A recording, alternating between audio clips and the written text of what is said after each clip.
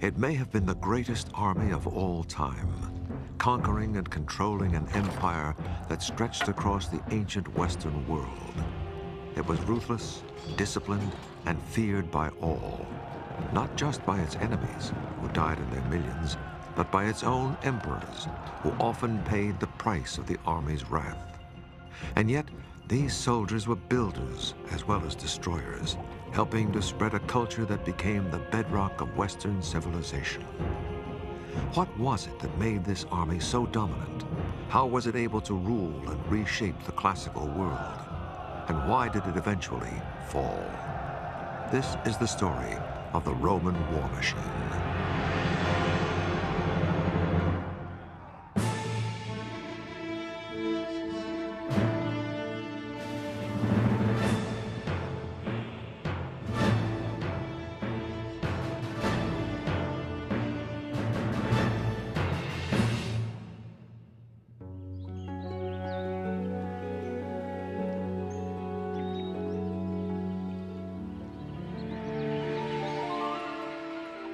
By the 2nd century AD, Rome's empire had expanded about as far as it could. Now it was time for consolidation. The Roman army, instead of plundering and butchering new territories, turned around and did the opposite. It started building them up. Where they had destroyed, the legions created. Because the army was the first Roman presence in a new land, the soldiers had to be able to build their own forts and defenses. And so, each legion had its own architects, surveyors, and engineers. The soldiers themselves provided the ready manpower, and some of their work has lasted 2,000 years. We tend to be very arrogant in the late 20th century and think that we have invented wonderful methods of building, but we shouldn't underestimate the Romans as engineers. They're great as soldiers, but they are supreme as engineers. With that engineering skill, soldiers were sometimes put to work on civilian projects during the long periods of peace after Roman conquest. It was a way of setting Rome's stamp on conquered lands. The most basic and most famous of the army building projects were the roads. They enabled the legions to move rapidly to any trouble spot and also allowed trade to flourish. 53,000 miles of roads were built to connect the empire. All roads really did lead to Rome.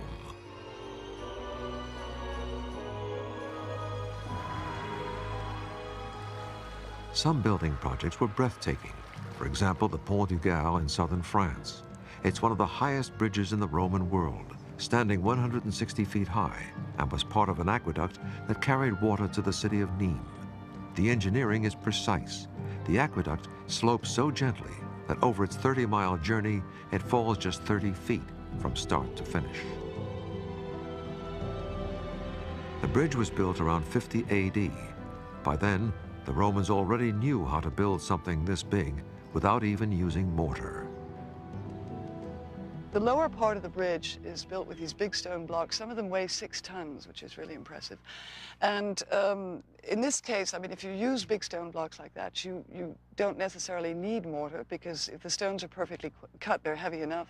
And we know that they floated the stones up on rafts towards the bridge itself, and then afterwards they could raise the stones. They had all sorts of systems, such as winches, pulleys, and hoists, and so on. Unlike the great buildings in Rome itself, which were carefully documented, we don't know exactly who built works like this in the provinces, because no records were kept. But it's possible the army had at least some role in the Pont du Gard. We have absolutely no proof that the army did help, but it is a theory, of course, because we know that they needed the know-how, the organization, the labor, and so on and so forth. The aqueduct's water flowed through a covered channel that ran along the top of the bridge. Thanks to gravity, it delivered 20,000 tons of water a day to the city of Nîmes. What you can see here is, first of all, the size of it. It's about 6 feet high and 4 feet wide, which is really pretty considerable. And it supplied a city of some 30,000 inhabitants with all the water they needed, actually.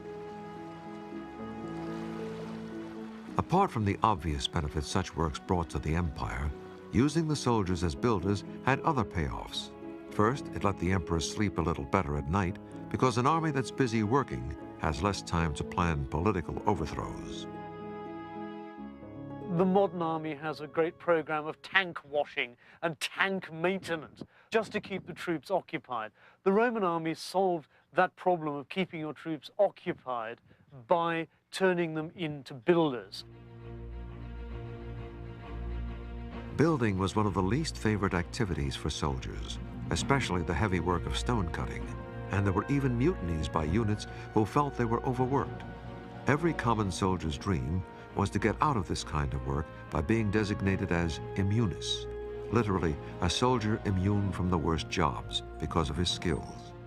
Those with immune status included blacksmiths, surveyors, medics, arrowsmiths, trumpet makers, and keepers of sacrificial animals. Another payoff from using soldiers as builders was that it helped to keep conquered people passive by giving them the advantages of Roman civilization. They could then be brought within the Roman world and given the benefits of Roman civilization, of Roman urban life, of food, social organization, bathing. The spread of hot water and bathing is an important part of the Roman takeover of northwestern Europe. A fine example of the good life that Rome brought to its conquered citizens is the amphitheater at the military colony of Nîmes in southern France. Built in the 1st century AD, it holds 20,000 people and is still used for concerts and bullfights. 2,000 years ago, it was used for animal hunts and military demonstrations. Through gladiator contests, the Romans were able to perpetuate the notion among conquered people of the superiority of the Roman warrior. The amphitheater was also a place where the people of the conquered provinces could see the majesty of the empire, literally. We are quite sure that we had the emperor and very important magistrate of Roman Empire coming to Nîmes. So it was, in a way, television for the people here to see these personalities, and in a way they could feel part, sitting here, a part of this empire, to keep the people quiet and satisfied, we may say. Roman building in the provinces also helped to indoctrinate local people with the godlike qualities of the emperors. One example is the theater at the military colony of Orange in France. Also built well enough to still be used today, it has a wall 120 feet high behind the stage, equal to a 10-story building. Not only would the size and sweep have impressed local inhabitants, but punctuating the wall is a statue of the Emperor Augustus, looking down on them as if from the heavens. The back wall of this theater is one of a very impressive Roman building as it is now. But it used to be much more impressive with the marble covering, the 3 floors, and on the top of the scene was the statue of the emperor himself, looking at the spectators as a god. But it wasn't just with architecture that the Roman army spread civilization through the empire. As we'll see, the thirsty legions helped to start the European wine industry.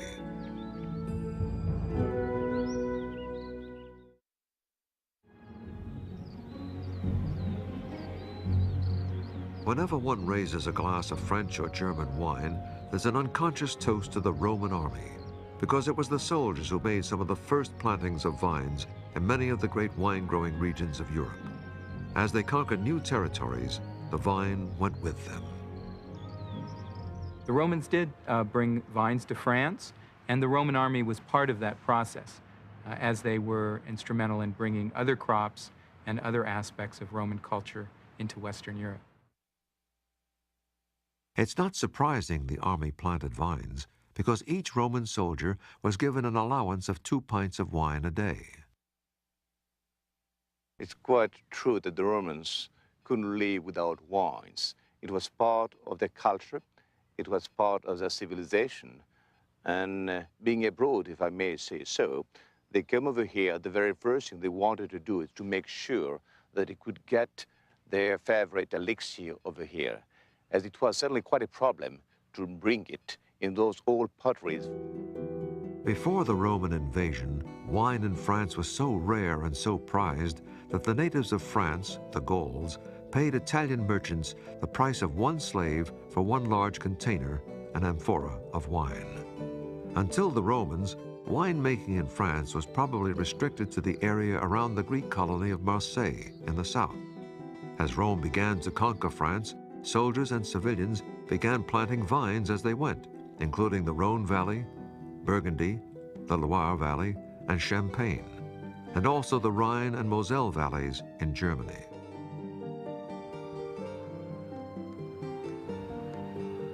In the Champagne district of northern France, Roman occupation may have helped the champagne industry accidentally in a different way. Below the surface of the Champagne region, about 75 feet underground, there are more than 100 miles of cellars dug from the chalk.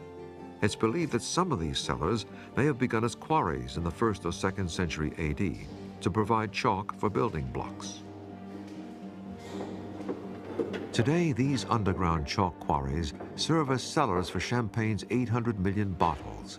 But for a very different reason, it's believed these cellars may have been important to Romanized citizens towards the end of the empire. They were a possible refuge from raids by invading German tribes who envied the comforts of Roman life, including wine.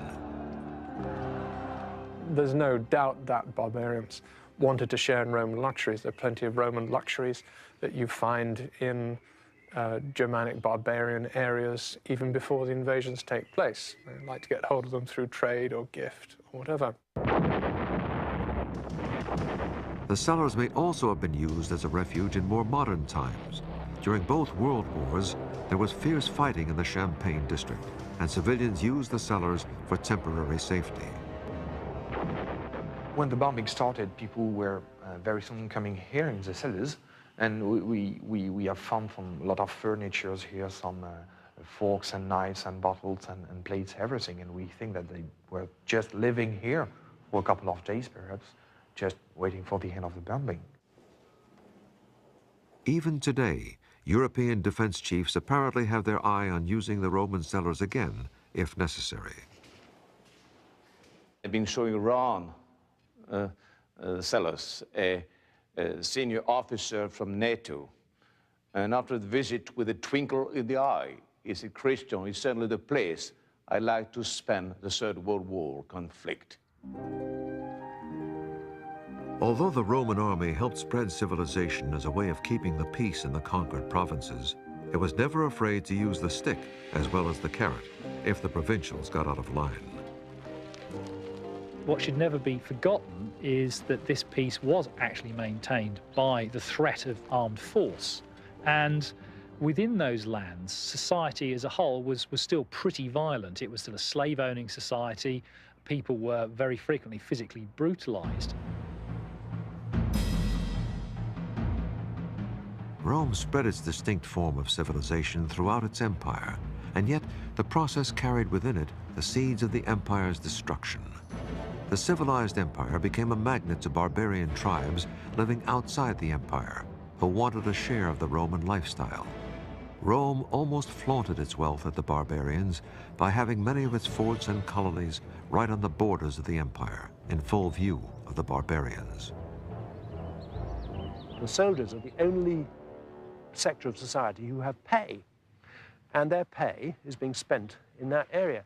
So you get these cities like Cologne and Mainz and Budapest, Vienna and so forth growing up in what had previously been very barren areas, and right across on the other side of the river, so to speak, are these unfortunate people who have nothing.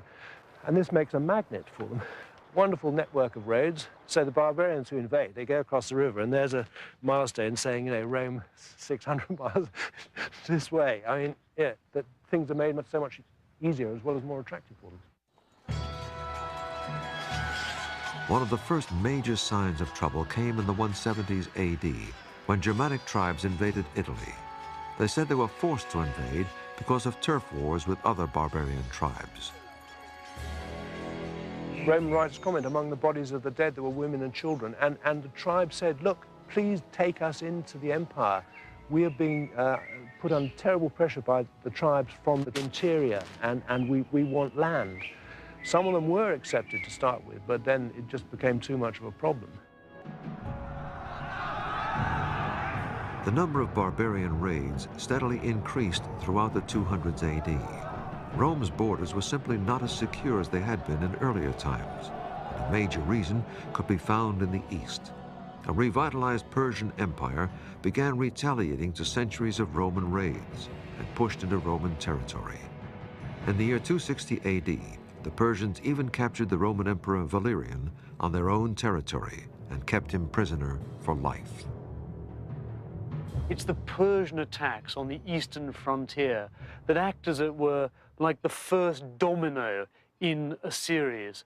Rome is forced to fight a series of very expensive defensive wars. No longer can war be funded by booty extracted from conquered people. This time the empire, from its own resources, has to pay for the defense of its own frontiers. Having to shift troops to the east to fight the Persians left Rome's other borders less secure.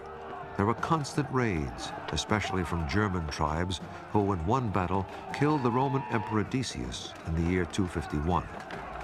There were invasions of Roman Gaul and the Balkans, and Italy itself was invaded several times in the 260s AD. The raids stretched the logistics of the Roman army to the limit. The gathering of the troops and the going to the frontier takes place at walking pace, so no more than 20 miles a day. To put together a sizable force, get it to the right bit of the frontier, you're certainly talking weeks and maybe months. And there was another problem for the Romans. The barbarian tribes that Caesar and others had defeated so easily had learned tremendously from the Romans and were now ready to turn the tables.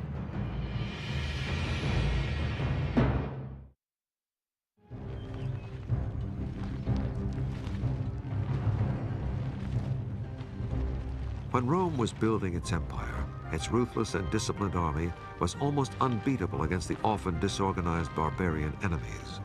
But by the 200s AD, things were changing. For centuries, many barbarians had been part of the Roman army, recruited by Rome to fight alongside the legions. Now that was beginning to backfire, as barbarian tribes used their newfound skills to fight for their own peoples against the empire. Very many of their warriors have, at one time or another, served in the Roman army. They're getting much more familiar with Roman tactics, and to some extent they're starting to imitate them as well.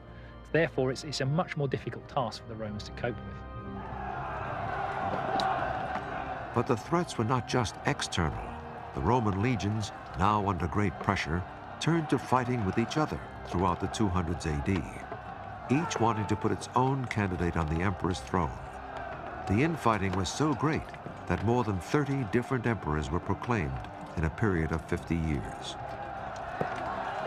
Very many soldiers were killed unnecessarily, huge amounts of treasure were wasted, and the destruction, which may have been quite localized within the empire, reduced the economic capacity of the Roman world to sustain the army which defended it.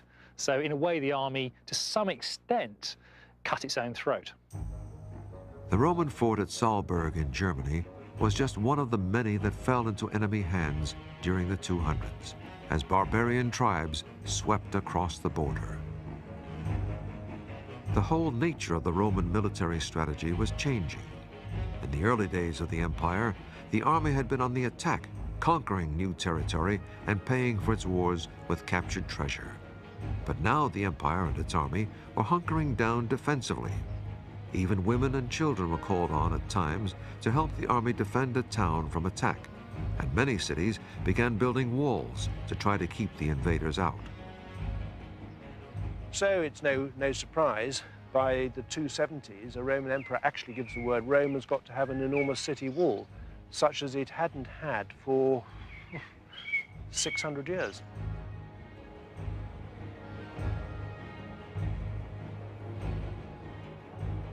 The style of forts was changing too. At the height of the empire, forts were often built in open ground to allow the army easy access and domination of the area. But by the late 200s, Roman forts like this one at Porchester in southern England were designed much more defensively, with many more towers for artillery and archers against barbarian attack. In this case, raids by Saxon fleets. The importance of this fort is that it symbolizes a fundamental change that overtakes Roman military strategy in the 3rd century. The big D-shaped bastions behind me represent a shift from an offensive to a defensive posture. What this fort symbolizes, I think, is a change in an empire that's go-getting, that's aggressive, that's prepared to move out and expand, and rather change to an empire that's back on its heels, that's defensive, that's preparing not to expand, but is sitting and preparing to fight for its survival. By the late 200s AD, it looked as though the empire might be finished. But from the revolving door of changing emperors emerged 2 strong leaders who put the empire back on a solid footing. The first of them was Diocletian. Diocletian is certainly one of the most capable emperors. Remarkably, he rose up from a peasant class to rule. This in of itself is a tribute to the army as a means of social advancement. Diocletian rose up due to his skill as a soldier and as a commander. He transferred this skill into a reorganization of the empire. When Diocletian became emperor in 284, he restored the dwindling army to its former size, about 400,000 troops. He also turned the emperor's job into a committee. He appointed 3 other emperors, and the 4 of them, called the Tetrarchy, ruled the empire jointly. After Diocletian retired voluntarily, the Tetrarchy system fell apart from internal bickering, and then another strong soldier emperor, Constantine, took control. In 312, he won power in a pivotal civil war battle outside Rome. Although badly outnumbered, he won after claiming to see a vision of the cross in the noonday sky and hearing the words, "Conquer by this." Once he became emperor, he made Christianity the official religion of the Roman Empire. Constantine continued Diocletian's military reforms. He created a mobile army to back up the frontier garrisons. These field units could rush to counter trouble wherever it broke out. A central reserve, a mobile reserve, as well as having the troops all around the frontiers. Now, this was something which the Romans should have had before. If that had been in place in a serious way at the beginning of the 3rd century, they would have been able to react rapidly. As it was, to send troops from the northern frontier to the eastern frontier or vice versa, it just didn't work. Constantine also created a new capital for the empire, moving away from Rome in the year 330 to the new Christian capital of Constantinople, now known as Istanbul in Turkey. This was a sign that the wealth and power of the empire were shifting to the east and that the Western Empire was heading for decline. Sadly, the new stability that Diocletian and Constantine had given the army and the empire largely died with them. The middle 300s AD saw a return to civil wars between the legions, each one wanting its commander to be emperor. Civil wars had the effect of weakening not only the army, but the economy too. Roman writers spoke of many farms lying waste. The peasants have been frightened away, or the peasants have been conscripted into the army, or the peasants have run away because they don't want to go into the army, or because they have no money to pay taxes and they fear the consequences. The constant civil wars also had the effect of creating rampant inflation throughout the empire. Every time there's an attempt at becoming emperor, successful or otherwise, enormous numbers of extra coins are minted and distributed as a reward to the troops. When you get such an enormous number of coins in circulation, clearly prices shoot up. Basically what happens is people start losing confidence because this denarius is supposed to be silver, and they gradually put in more and more non-silver into it until by the latter part of the 3rd century, the so-called denarius has perhaps 2% silver in it. Barbarian invaders took full advantage of the empire's internal problems. In Britain, tribes from Scotland stormed across Hadrian's Wall in the 360s. On the European mainland, German tribes were threatening, especially the Goths, who came from near the Black Sea. They were being driven from their homelands by fierce, bloodthirsty nomads, the Huns from Central Asia. To escape the Huns, the Goths begged for refuge inside the Roman Empire. The Goths are fleeing from the Huns, and they are clearly scared to death. And the Romans accept this explanation. The Romans actually ferry them across the Danube. So sometimes barbarians are simply running away from other barbarians. But after he allowed the Goths to settle, the Roman Emperor Valens decided he wanted them out. In 378, he personally led an army against them at Adrianople, north of Constantinople. It was a disastrous mistake. Acting on bad intelligence, the Romans were pinned between two Gothic armies. And the story as it goes is that they can't use their weapons. They're trapped, they can't turn around, and they're massacred. 2/3 of the army, I think about 12,000 men, are killed on that one day. The dead included the Emperor Valens. More importantly, the loss of so many troops at once weakened the Romans' capacity to defend the empire. Because at Adrianople so many very important regiments were destroyed, the Roman army was never able actually to replace them in terms of either quality or quantity. So its military capacity overall was that much reduced. It was therefore unable properly to defend all of the frontiers thereafter. The Romans now were forced to let the Goths stay, and other barbarian tribes were allowed to settle too, provided they joined the Roman army. Rome had always used and trained foreign troops, but now barbarian armies were being conscripted wholesale to fight with the Romans. The real problem with barbarians is not individual barbarians in Roman units. It's when they come in large numbers and are employed by the Roman state en masse, as it were, without going through Roman military training. The so-called barbarization of the Roman army was only one part of the problem. In the army as a whole, the once proud standards were beginning to fall away.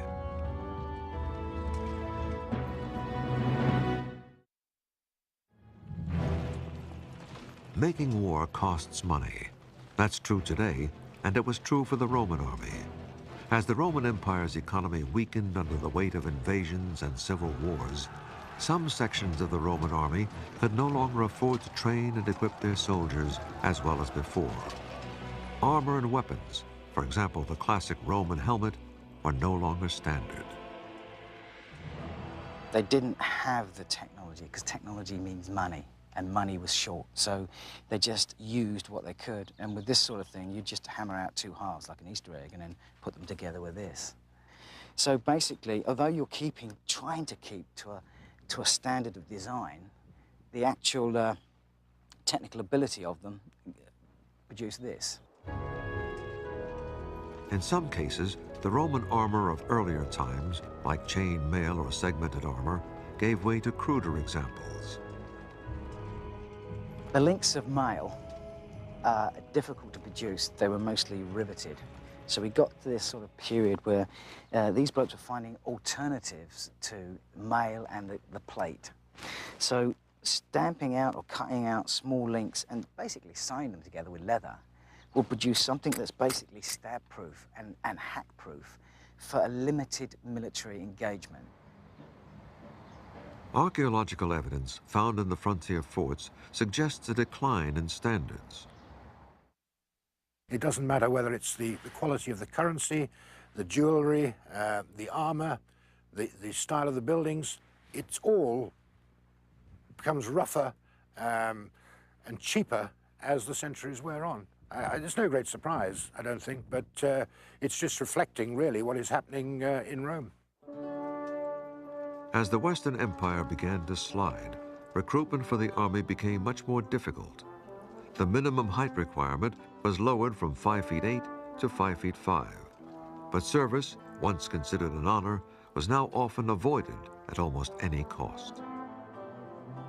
People cutting off their thumbs to render themselves ineligible for military service, and all sorts of things, cases of this, evading military service, but not just by the individuals concerned. The big landowners don't want to lose their labor supply, so they use all forms of influence and graft and everything to keep the recruiting officers off their estates. For many Roman citizens, it wasn't just the desire to avoid conscription.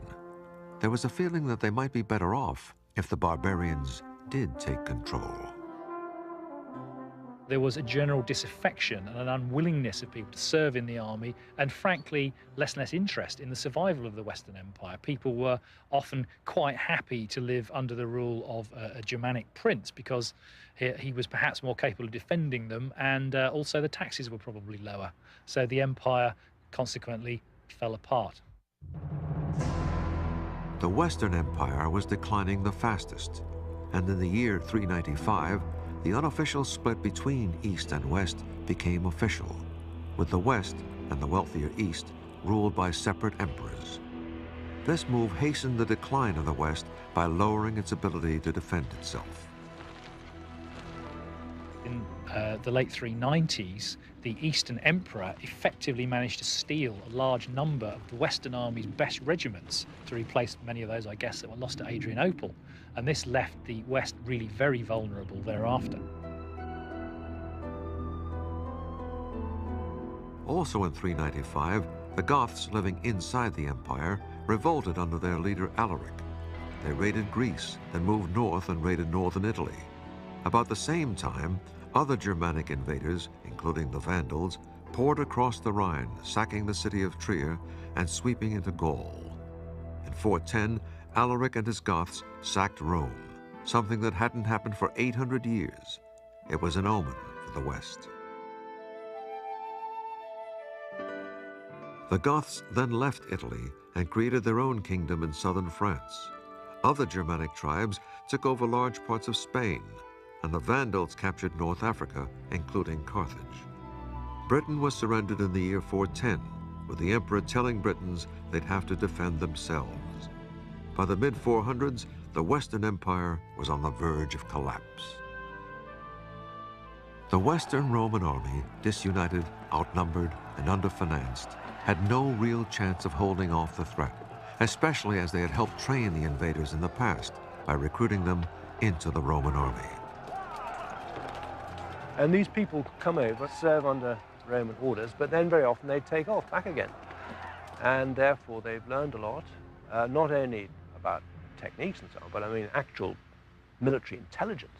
They know where to attack if they come back on the other side. The big example is Alaric. Alaric the Visigoth, the chap who actually captures Rome in 410. He had been off and on serving under Roman orders for a good many years before he does this. Despite their name, barbarians, the invaders were not out to destroy the empire. On the contrary, many wanted to live the Roman lifestyle. Everywhere, the wealth of Rome is acting like a magnet.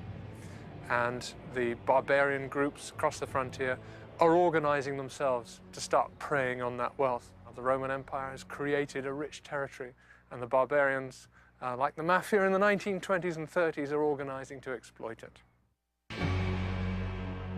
In fact, the Romans and their invaders were still prepared to join together to fight a common threat.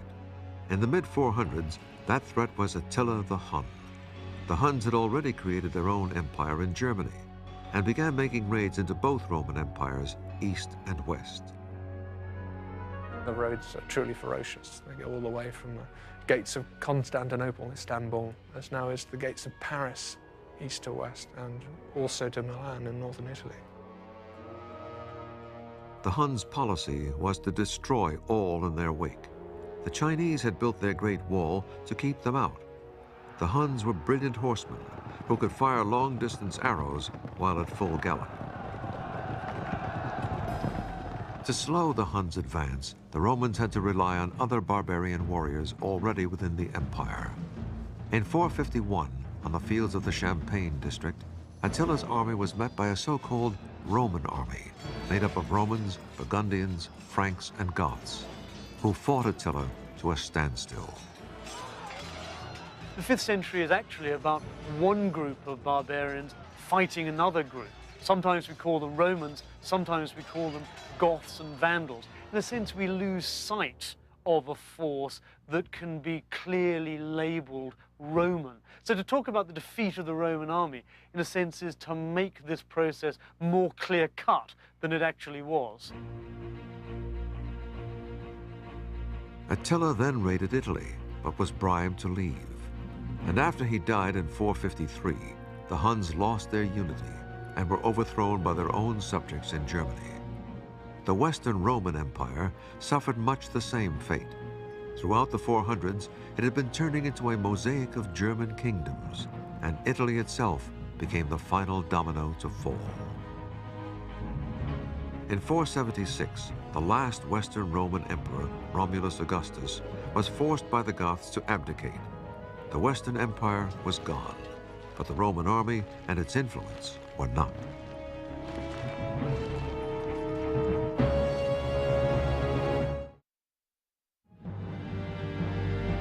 History speaks of the fall of the Roman Empire, but the Western Empire did not really fall. Rather, it was transformed by gradual assimilation, with the Romans and barbarians becoming more and more like each other. Look, it's just much less exciting, I know, to think of accommodation and assimilation. It's much better to think of hairy barbarian hordes charging across frontiers. But I think it's unlikely that it happened that way. I'd go for a much slower process in which by the 5th century, actually in Gaul and parts of northern Italy, it's difficult to spot the difference between a Roman and a barbarian. One reason is that in most cases, the invaders kept things much the same. They lived Roman lifestyles, preserved Christianity, and used Roman citizens to run the affairs of state. Barbarians certainly enjoyed Roman civilization. There's a tremendous amount of evidence to that effect. When the Vandals get to North Africa, they start to wear togas, hang about in the baths and go to circuses, build themselves villas, and decorate them with Roman-style mosaics, portraying themselves as Roman aristocrats. As for the Roman army in the West, it was never officially disbanded. As the empire fell apart, many legions simply stopped receiving their pay, and they melted back into the local population. That's what seems to have happened on Hadrian's Wall. The coinage has just about disappeared, and therefore one has to speculate, based on evidence of what we know about from other provinces elsewhere. And here, certainly my view is still the one that they gradually fade away. Although the Western Roman Empire and its army disappeared, the Eastern Empire and its army continued to flourish. The Eastern Empire, known today as Byzantium, had always been the wealthier half, and its borders were less vulnerable to attack. The East's major military antagonist was the Persian Empire, with which the Eastern Empire had very serious wars, but at least they could achieve treaties with the Persian king, and this could bring long periods of peace. So it was actually perhaps a rather easier task for the East to defend itself than for the West. Although the look of the Eastern Army gradually changed, at its core, it was still run along the same fundamental lines as Roman armies of the past. It maintained, in the long term, standing regiments. It also maintained the disciplinary system, the command structure, the logistical system, and so on. It was the professional nature of the Roman army, which lasted, at least for some centuries, into the Byzantine period. In fact, in the 500s AD, the Eastern Army briefly reclaimed several provinces of the old Western Empire, including Italy and Northern Africa. Although it gradually changed, this army maintained Roman discipline and tactics until the Byzantine Empire was conquered by the Ottoman Turks in 1453. That's a continuation of those tactics, all the way through, I think, to the fall of Constantinople in the 15th century. The old Roman army is key to the maintenance of the empire in the East for another 1,000 years. The Roman army, in its changing forms, can be said to have won and protected empires for some 2,000 years, from the 5th century BC to the 15th century AD. At its height, it was so efficient that it ruled with a standing force that seems almost tiny by modern standards, about 400,000 men. Louis XIV ruled his rich kingdom, which was nonetheless simply one province of the old Roman Empire, with as large a standing army as the Romans had required to control this vast area from Scotland to the Sahara Desert, to Iraq, to the Black Sea. That is a staggering feat. The Roman army changed warfare forever. It was the first truly professional army, and it introduced concepts of discipline and training that still influence armies today. Its great military successes have always been famous. The name of Julius Caesar has never really been forgotten. Consequently, it formed the obvious model for the armies of the modern nation states of the West in the 17th, 18th, and 19th centuries. Many of our own military traditions are based on at least the way our generals have imagined Rome once was. If Julius Caesar and the other great Roman generals could see a modern army, they'd recognize many similarities, such as discipline, command structure, and logistics. But they'd also notice a big difference. The Roman army at its height was more ruthless with defeated enemies. If the great Roman generals had been running campaigns in Vietnam, if they'd been running Desert Storm, then we need have no doubt at all that Hanoi would have been captured and razed, that Baghdad would have been flattened, its inhabitants slaughtered, any survivors sold into slavery. We like to think of the Romans as civilized, and partly that's true, but the Roman Empire has a hard edge, and that's the hard edge of conquest and of brutality. In front of the Roman war machine lies conquest and blood. Because of that paradoxical mix of ruthless conquest and the spread of civilization, the Roman army's legacy to us today goes well beyond military matters. Much of Western culture is based on the civilization that the Roman army took with it as it colonized Europe. Many Western languages, including French, Spanish, and Italian, are based on the Romans' own language of Latin.